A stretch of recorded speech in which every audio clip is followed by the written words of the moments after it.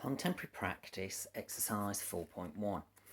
We have been given in our brief how to look at archives. Now it's given me archives, a collection to look at. So my starting point was a personal archive. Now I considered my own personal archive. I have a box here at home where over the period of years and years and years I've accumulated cards and my birth certificate, school reports and so forth are all in this box with lots of other memories. So in the sketchbook I've documented all of this and started to build up a picture and presentation of my own. So working through it, I kind of devised a capsule of ideas. Some of the stuff I wanted to make use of. Some of the stuff I have actually just photocopied the imagery.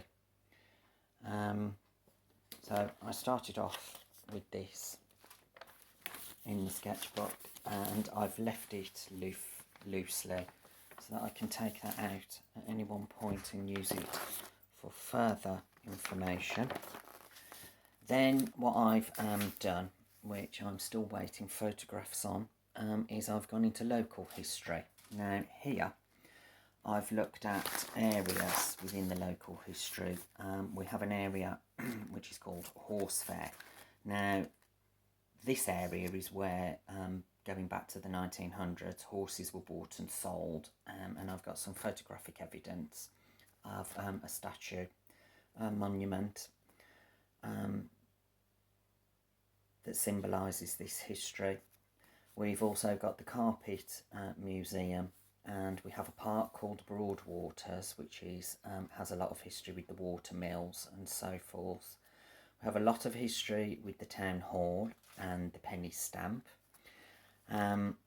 Up at the Horse Fair area we have, which have just been renovated, the Weavers' Cottages, and there are also quite a few churches within Kidderminster. So I've been looking at the history of cemeteries, going back to the idea of voices and words within this assignment. As part of this research, I actually went off and did some rubbings off the graves and so forth. It was a little bit not uncomfortable, but I didn't want to start doing any crayon rubbings of people's names and so forth, because I just felt it was in a little bit impersonal.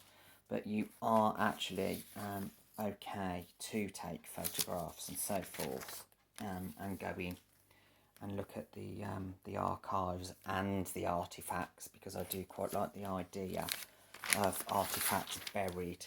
And I know that the Victorians, there's a lot of history, because they used to, back in the day, get grave robbers, which would, dig up graves and remove people's personal belongings, pocket watches and gold rings and so forth. So all of that has been quite interesting, but also the imagery that the rubbings have left.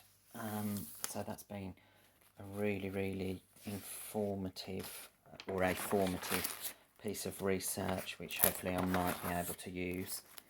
And then I've looked into world archives, and this came from my personal box. I do have a particular interest in Egypt, so I've started to make a collection of photographic imagery and started to put together little bits and bobs that I've collected over the years with photographs that I've picked up along the way. I did actually use in mixed media, I used Egypt as a title, so I've been able to take some of the archive imagery from there, which will be a useful source. It has been quite nice to have this as a little bit of a backup, because it's been quite difficult at present with our current situation and so forth. Not being able to get out to a museum because they're all closed. I do feel that you can only do so much research online, and then everything just becomes, you know, as though you're just using that as a resource and so forth. And then part of my brief was start looking at thumbnails, and so I've started off here with a thumbnail, which I'm going to continue with another video because I'm just waiting for some resources to come through from home. But what I've done is I've started off with looking at my own first name and surname.